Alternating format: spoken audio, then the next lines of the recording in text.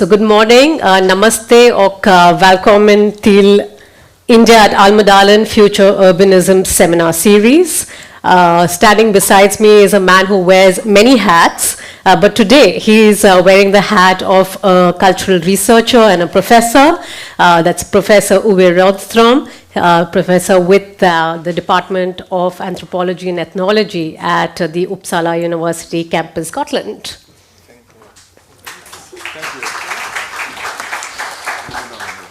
Well, warm welcome to Uppsala University Campus Gotland. This is a small campus and the most effective and productive one. This is one of seven campuses within Uppsala University, which is, as you may know, is Sweden's oldest and largest and perhaps best university. No, I didn't say the last part. No, sorry. Here, a number of institutions are represented, and we together are now quickly transforming this into a hub for multidisciplinary sustainability studies and for education and collaboration with civil society in various forms and around the topic of sustainability. This has happened from below. It's not a decision from deans or rectors, but from the staff itself. So we have are now fastly developing into a hub for sustainability studies.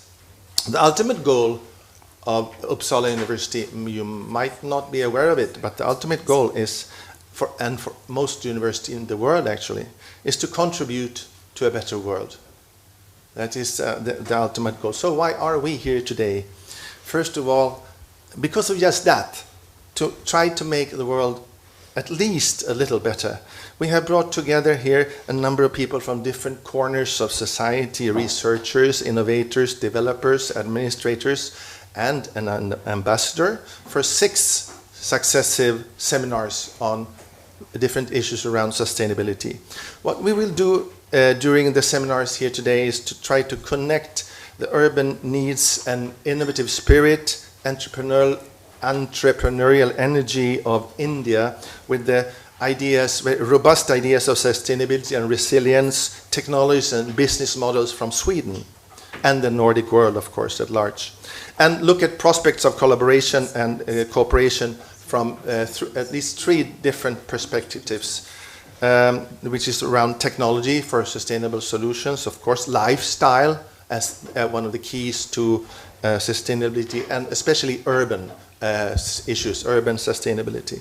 So within these 3 perspectives, we will bring to the table here 4 seminars, each on a specific theme on mobility and transport, housing, energy and water, food and health. And to that, 2 overarching seminars on issues. The first one considering what can we do for sustainability. And lastly, turning the question around what can sustainability do for us. So in this room today, we will go on until around 3:30, including coffees and lunch. Lunch, yes, in the middle.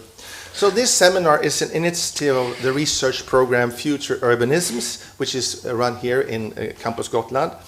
I'll come back to that in just a short while. For supporting this set of seminars, we gratefully thank Ambassador of India in Sweden, which you meet in a second.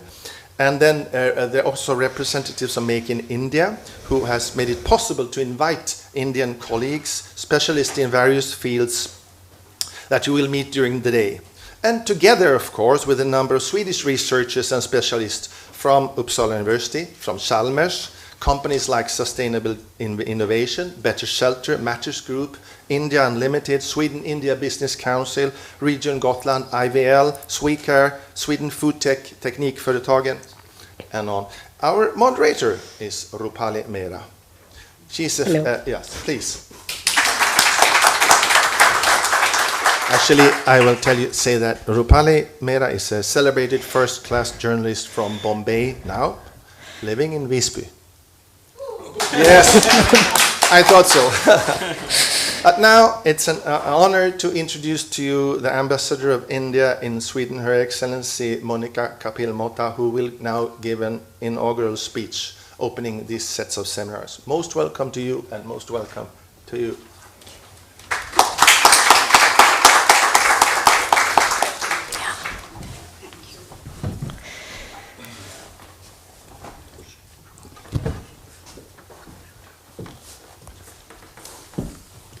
Good morning.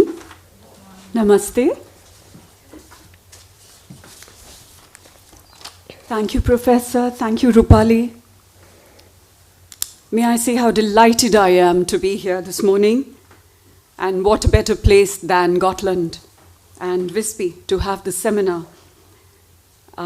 This is my third visit to Visby in the last 2 years. And I must say that every time I come here, I am stunned by the sheer beauty of the place. It is incredibly beautiful, and you're all very fortunate. Many of you who live in Visby, you're very fortunate to be living here. Those who've come from outside, please make the most of your days here because it is incredibly satisfying and incredibly beautiful. Also a place which is culturally rooted, technologically oriented, with diverse communities, I'm told, and creative and innovative because we know about this genius professor who's sitting here with us, who is not only an expert on the subject that we discussed today, but who is an incredible musician. And he has been involved in music-related projects that have been pioneering. And I think it's very interesting how we connect scientists and music sometimes, but maybe there is a universe design to it, that is the way it's meant to be. So the diversity is something that can be said about India too, because India is a diverse land, and with all our different cultures and subcultures and sub-identities and religions and communities and languages, ethnicities, India's diversity is something that you would all have heard about. I hope that the coming week in Almedalen is going to be fruitful for all of us, and that from your hectic schedule, we will all be able to find a little time to explore this very lovely place. So for me, it's a great pleasure to be addressing this inaugural seminar, India at Almedalen, on the future of urbanisms. This is the first of its kind of business seminar which was being organized by the Embassy of India in association with India Unlimited and the prestigious Uppsala University Gotland campus. I'd like to take this opportunity first to compliment India Unlimited, Sanju Malhotra, Uppsala University, Professor Ronström, and Rupali and Swami for this tremendous, meaningful initiative. I'd also like to thank Shoma Banerjee of the CII, who has come all the way from India to participate in this seminar and to tell us more about the subject.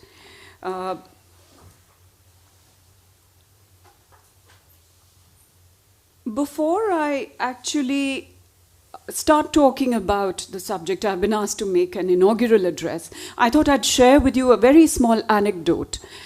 I was in December last year in India with my son, who lives in Delhi with his grandparents and his father, and I, because of my assignment in Sweden, and stationed in Stockholm. So I reunited with the family in December, and there was a lot of talk. My son turned 28 years old, and there was a lot of talk that he should get married now. 28 is in India a good age for a young boy to be getting married. And his grandmother was very keen.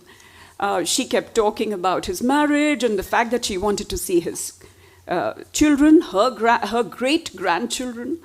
And we just kept talking about it, and suddenly my son said, because my mother-in-law kept talking about how it was important to get a daughter in the family because, you know, we just don't have enough girls in the family. We have too many men. And she said, I hope that your first child is going to be a daughter and we're going to bring her up like a princess. I'm going to start collecting saris for her, jewelry, silver, all that. And in India, it's something which is traditional, that when a child is born, you start preparing for their future and you start collecting things for them.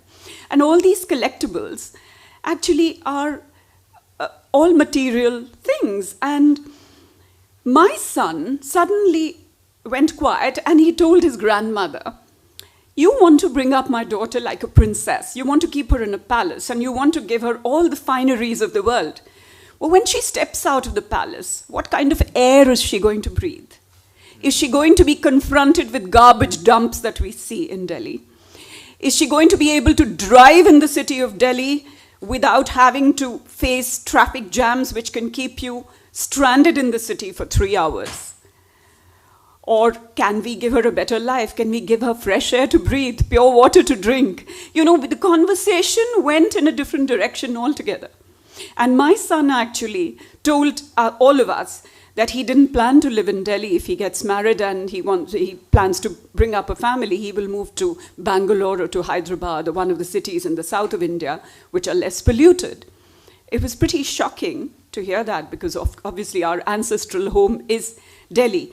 But I think the message went down very well also to the older generation, that the thinking among the new generation in India is very different. And that we are very seriously looking at some of the challenges that are confronting us in our cities. And that we have to find solutions to these challenges. So I wanted to tell you this little story because this is something that we encountered, and I'm very proud of the fact that my son thought this way, and very proud of the fact that when a helper in the house is running a tap, he would go and shout at him and say, "Come on, turn off the tap. You can't keep it running because, you know, water is precious."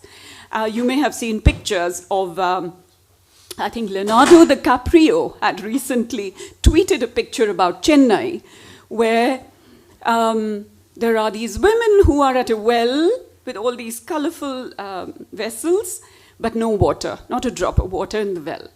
And this is the city of Chennai, which has gone dry completely. And please remember, there are millions and millions of people living in the city of Chennai, and there is no water there. So there are these challenges, and we are here to talk about many of these. There are stakeholders here, I know, from the government, from media, from industry, from the corporate world. There are think tanks, and we have the CII represented here, and we're glad that some of the finest brains are sitting here today to talk about these issues and to see how we can find solutions to these challenges.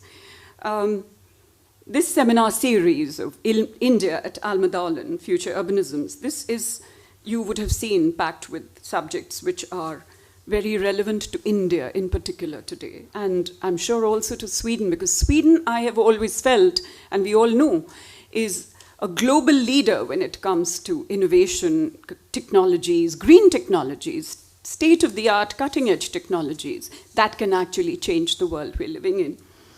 So we connect with, through the seminar, we connect with our urban needs in India.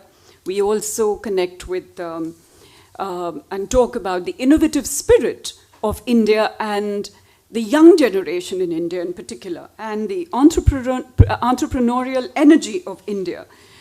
Some of the very robust ideas of sustainability and resilience which come from Sweden. And as I mentioned, your state-of-the-art technologies and business models that you follow. And not only Sweden, but the entire Nordic world. Sustainable urban development has been identified as one of the most important potential areas of cooperation between Sweden and India. And this is particularly the focus of a joint statement which had come out between Prime Minister Stefan Löfven and Prime Minister Modi when Mr. Löfven had visited India in 2016. And then this sort of a commitment at the highest level was again cemented in a joint declaration that we brought out on India-Sweden Innovation Partnership and the joint action plan that was adopted during the visit of our Prime Minister to Sweden last April 2018. So cooperation in this area of sustainable urban development has an enormous potential for both countries. We look at Sweden's expertise, we look at India's development needs, the size of our market, we look at India's very skilled workforce, and you'd be surprised when you get to hear of the kind of startups that are coming up in India now with the young generation, and the kind of brains that are going into creating very easy and cheap solutions, affordable, adaptable solutions in India for some of the problems that we face. All this dovetails very well into the flagship initiatives that have been taken by the government of India over the last 5 years or so. These initiatives, one of them is called Make in India, which is about producing in India, but ecologically friendly production. Digital India, digitization, which obviously is also climate friendly. And Skill India, how do we ensure that 65% of India's 1.3 billion people who are young, below the age of 35, are going to be skilled to face the future challenges.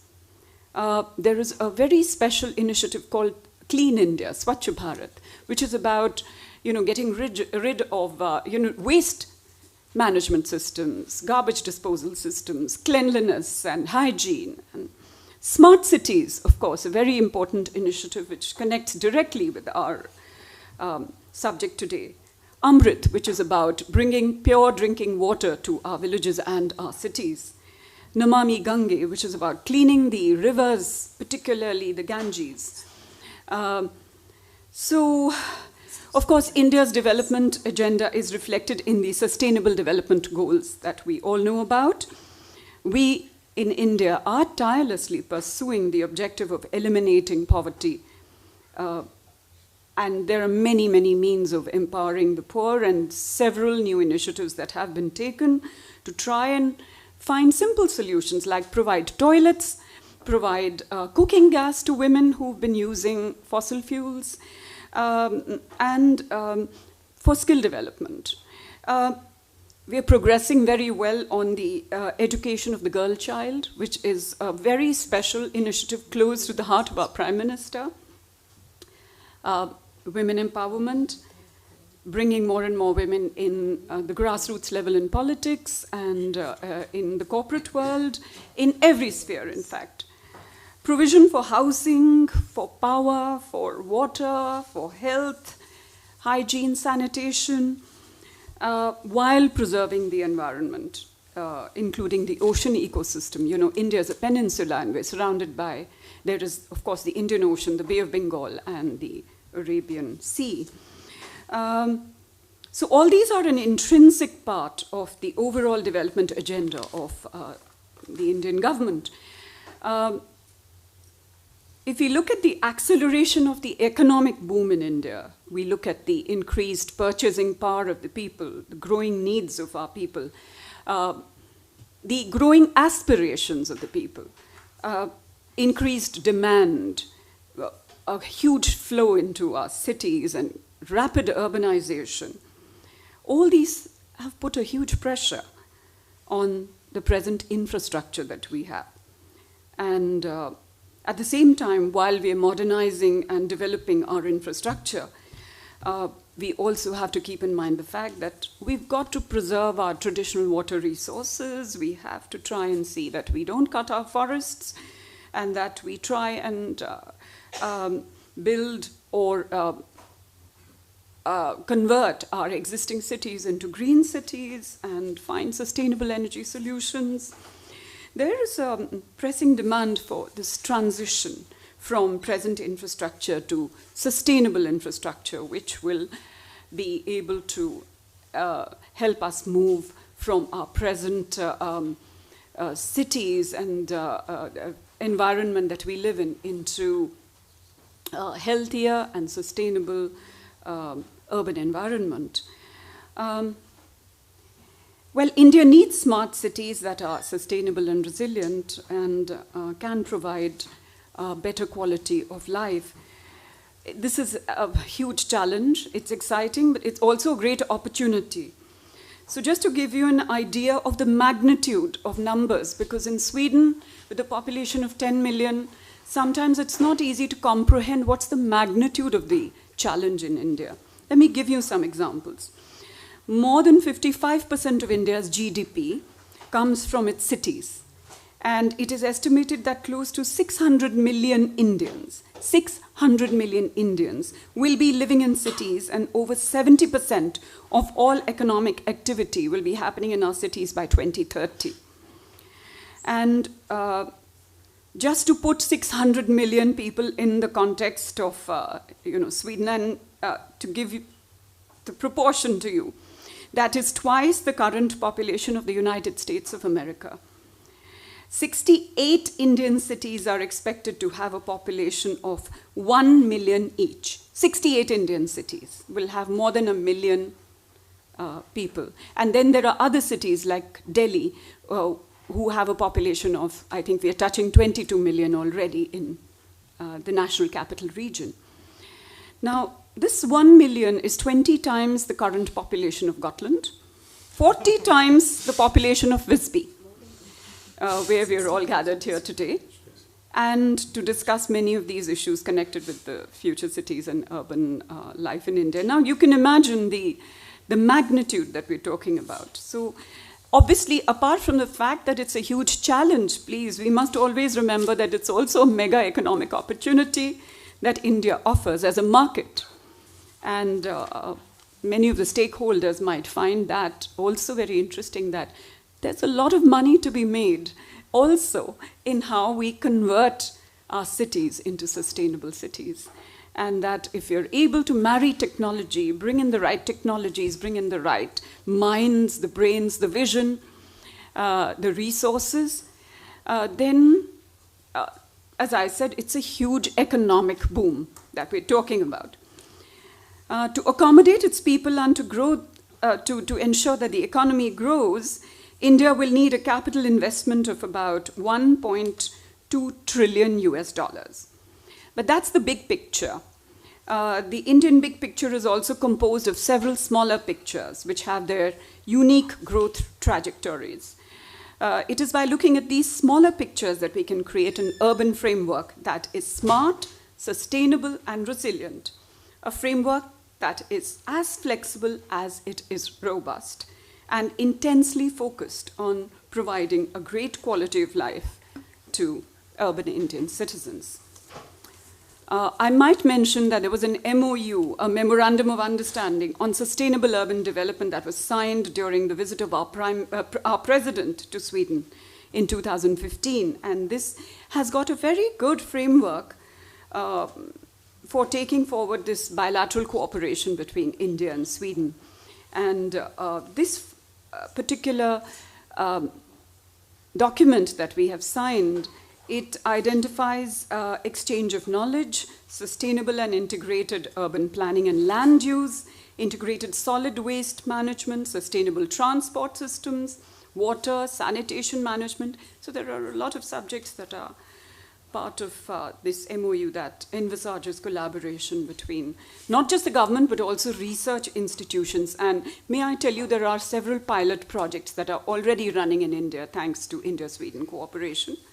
And there's also a working group that was set up, and it has met, and it's talking and exploring the possibilities of cooperation in smart cities, and to see how we can work together in transit-oriented urban development, air pollution control, waste management, and this includes solid waste management, wastewater management, mining water management, waste to energy, and district cooling, circular economy, e-mobility, renewable fuels. There's a lot of work that is actually happening at the moment, and I see Rupali sitting here, and I know that IVL is doing some great work in India.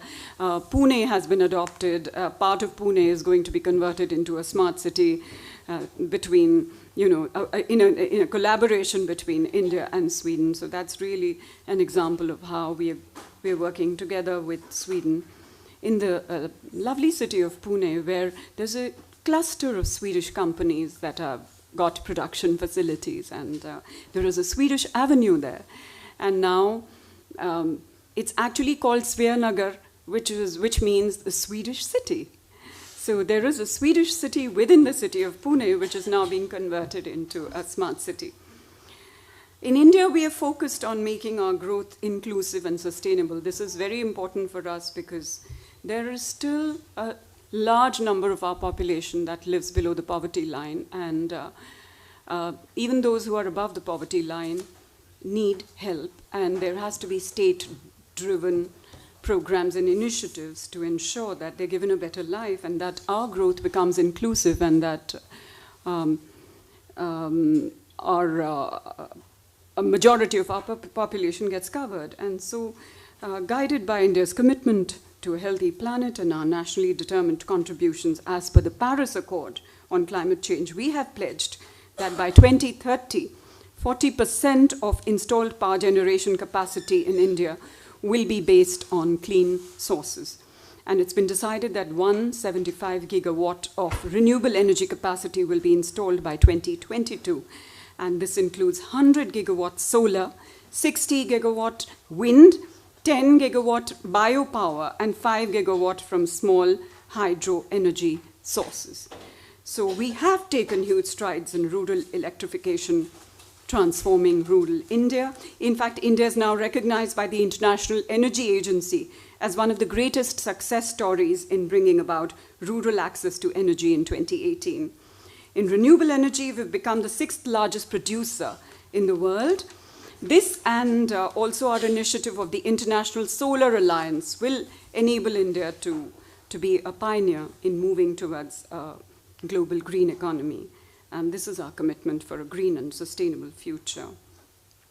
So Rupali is here, and I need to conclude because we need to really move on. There are several other examples which I can quote in the course of the seminar, but I will conclude here and thank you all for your presence here today, and also to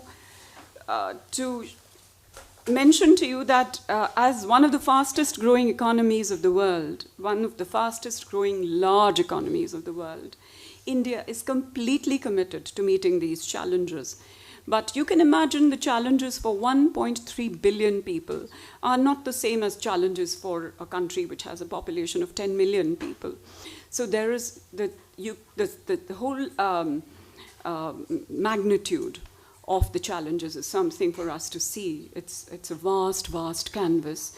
But as I said, every challenge is an opportunity, and that we must make use of every opportunity.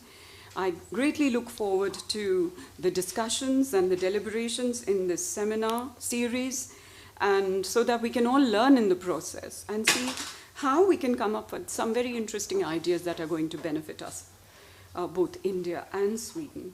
So thank you again. Thank you all for inviting me here. It's been a real pleasure, and I greatly look forward to our discussions through the course of the day. Thank you. Thank you so much.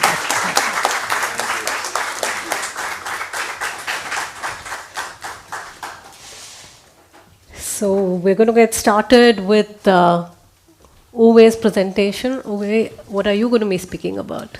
Yes, I will address now a few questions around the need for culture and social research on and reflection concerning sustainable issues, development, and also reflect about a little bit the role of and the meaning of the notion of diversity. But starting with, of course, why are we here? Again, I will like to underline that the ultimate reason is to take at least one small step again to contribute to a better world. It's the main reason for being an academician.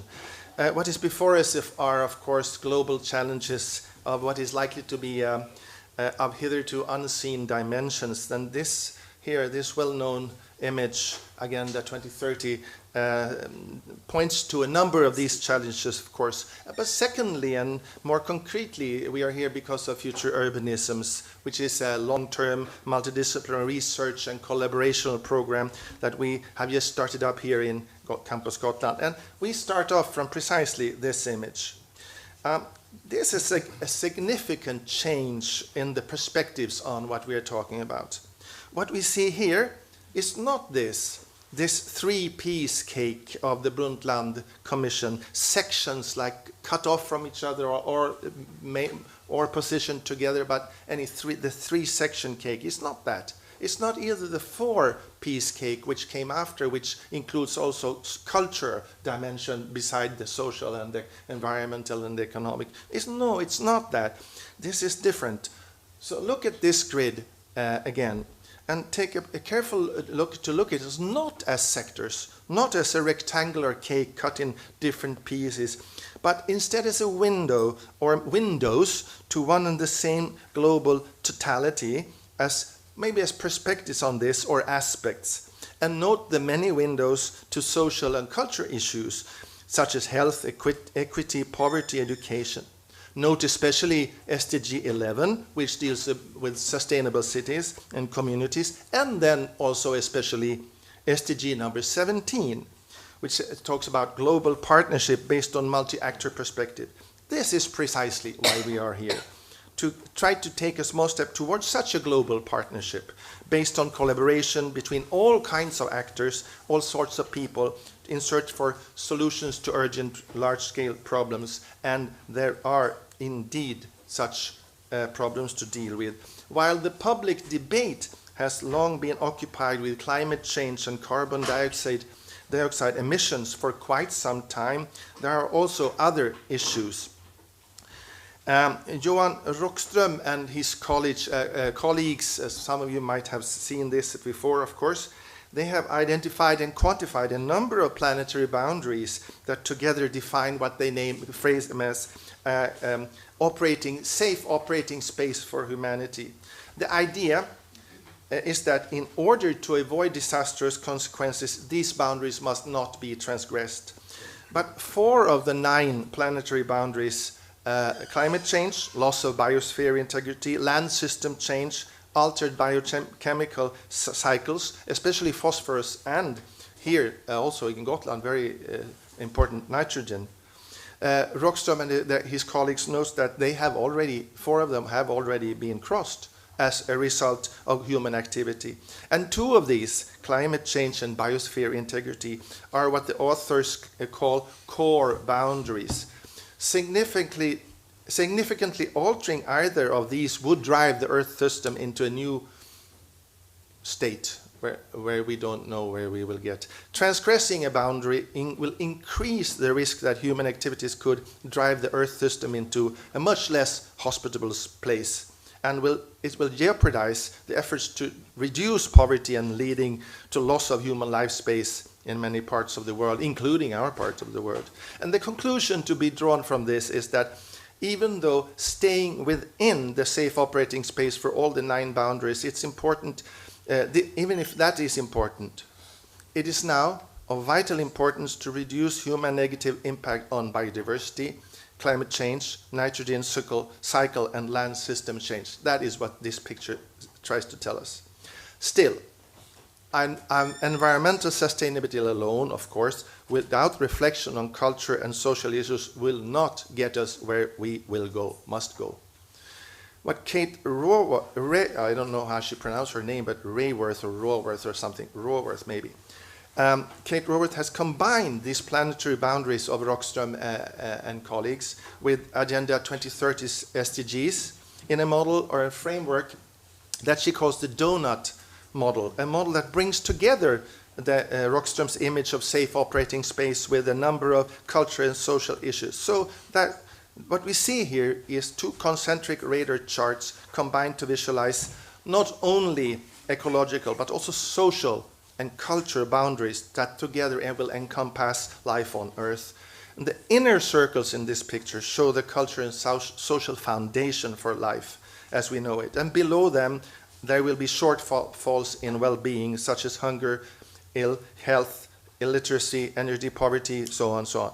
What we thus get here is an image of a space bounded by both environmental sustainability and human needs, which shows the many complex and dynamic interactions across and between these multiple boundaries.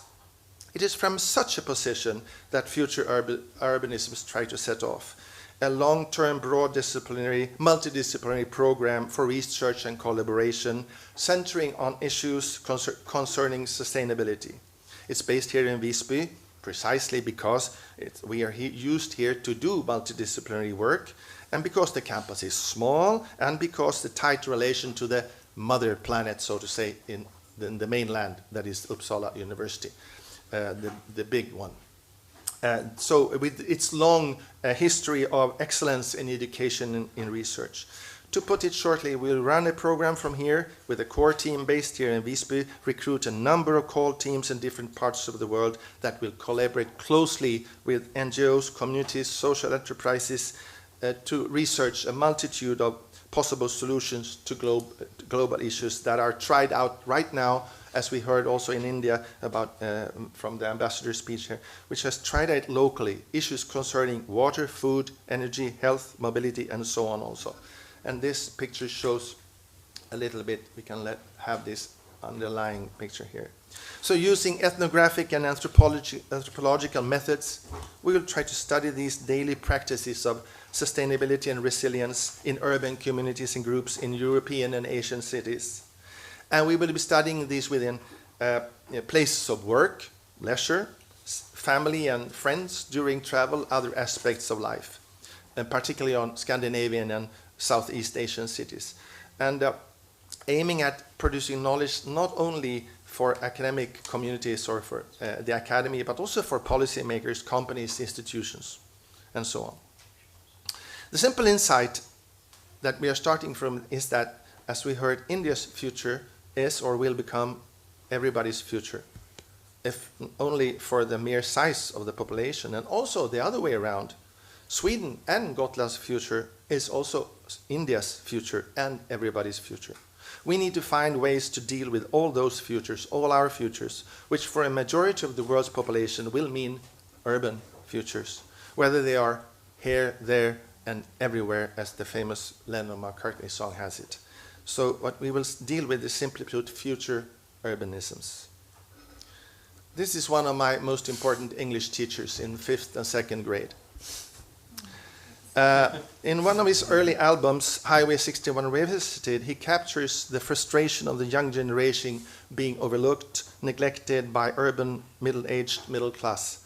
The refrain of one of the songs goes, you know that something's happening here, but you don't know what it is, do you, Mr. Jones?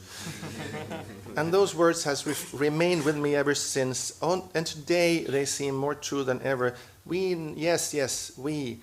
know that something is going on here, something's happening, but we really don't know what it is, do we? And I recognize not that I am Mr. Jones, urban, middle-aged, middle class.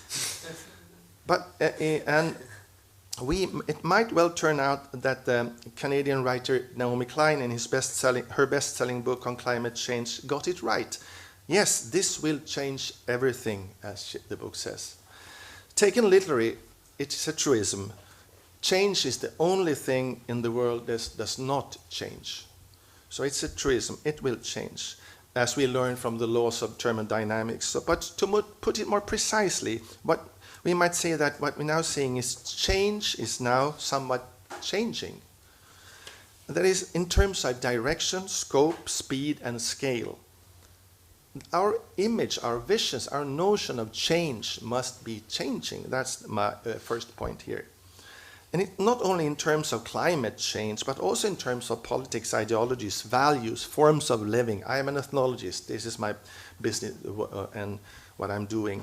And all that, what we cultural researchers call culture. What we see before us is how sustainability is now rapidly becoming a platform for action, of course, for young people all around the world, but not only that, also other people, a platform for all kinds of actions, of reasons, aims, objectives. It has already changed a lot, and it's likely to, we will see, a lot more changes in all sorts of areas. And we, as cultural researchers, as social researchers, need to follow this closely while it's happening. And not least, to look into counterproduction that also always happens. Counterproduction, that means that we are not getting where we want. So we are researchers. It's our mission to find out things, or to quote another of my heroes, Irving Goffman, the American researcher, who says that we always need to ask the deceivingly simple question, what is going on here? That's what we're trying to do. And there is many things going on when it comes to sustainability. It's one of those words that can be used in just anyway, for it was just what you would like it to stand for. But like words like peace, democracy, love, understanding, they are indicators of a direction pointing towards somewhere we must thread, although we do not know the way. What we already know is that the notion of sustainability is normative.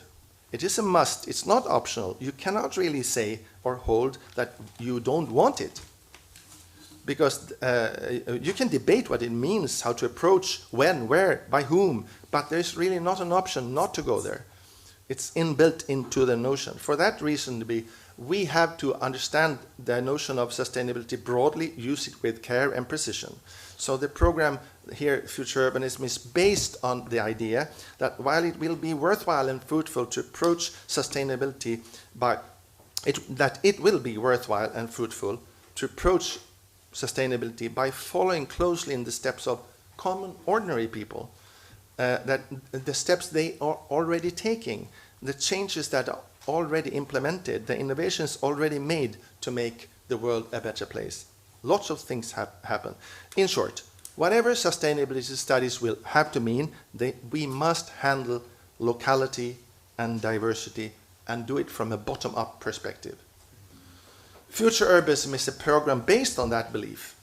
And whatever that notion of sustainable will mean, it must mean that also research of the humanities and the social sciences, such as us, ethnologists, folklorists, anthropologists, musicologists, archaeologists, human geographers, and many more, must now step up and participate more actively in the debate on sustainability, in the studies about the notions, and also in a much more proactive collaborational work to produce what we are aiming at. So what can we do for sustainability? To begin with, consider diversity seriously. A common type of thinking is to provide one-for-all solutions, top-down, a generalistic system thinking manner, while we of course must understand and acknowledge that there are cases where no alternative exists to big systems, we also need to acknowledge that there are a large number of issues that have to be dealt with differently, confronted and solved where they appear. Diversity is a key to sustainability in terms of biodiversity, social diversity, cultural diversity, and closely related to diversity is locality, since the diverse is necessarily also, first and foremost, the local. So the problems we face may be grand in scope and scale, but they are also diverse and at many levels simultaneously. The kind of systems thinking that has been a cornerstone of what we know as the modern world of modernity, premiering grand scale, one-for-all solutions, may therefore well be a medicine that can come to kill the patient. To confront issues where they appear will have to be based on other ways of thinking, a more distributive way of thinking that will acknowledge the world's fundamental diversity. And this necessarily implies an emphasis on the local, which in turn calls for bottom-up perspectives, working seriously with local communities and the many different and diverse ways of living. So again, local is not an opposite of the global, to the global. The global is dependent and constituted by the local and vice versa. In other words, India's future is our future. India's problems are our problems. And Gotland's issues are India's and the rest of the world's. Listening to experts on all the themes we aspire to cover in the program of Future Urbanisms, what we hear is a recurrent trope. We will need all the resources, solutions that we can find. Yes, this is the common. So the road towards any kind of future spells diversity, a multitude of regional solutions to regional issues. The world is constituted by diversity, or to be more precise, a diversity of diversities, as we learn from studying biodiversity. Diversity comes in singular, in the singular. But what it describes comes in pluralis tantum, which means not as many different kinds of things, but as many different kinds of things, if you get what I'm saying here.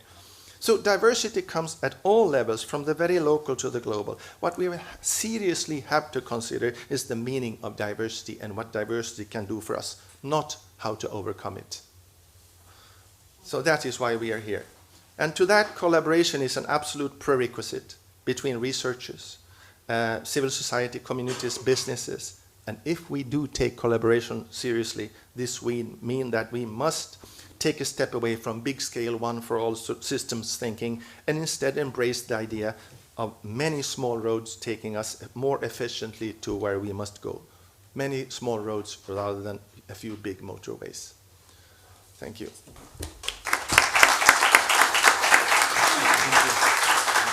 Thank you, Uwe.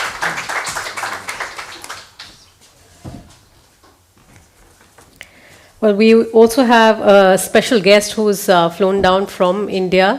Can I call on Soma, please, to come here?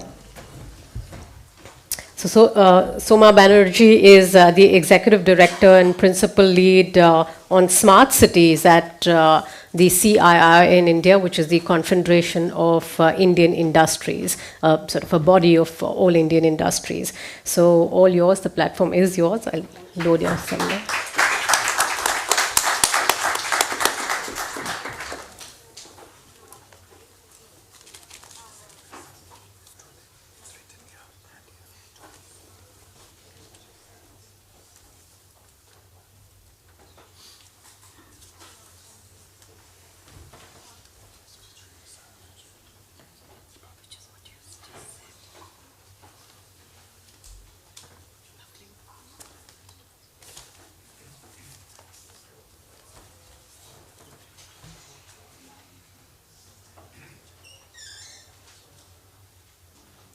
We need some help to put up the presentation. Do you want to get started till then?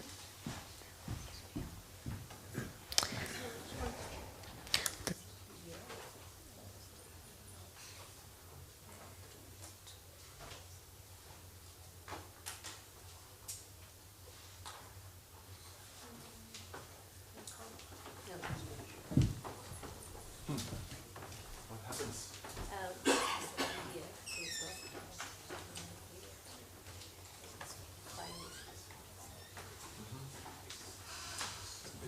Let's start it here. This one. No, but is this? Are we in? We are in. No. This is not that. This is not the PowerPoint. This is a PDF. Yeah. So we cannot show the PDF. Yeah.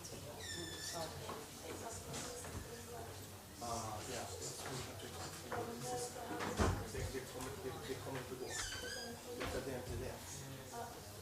Okay. Good morning, everyone.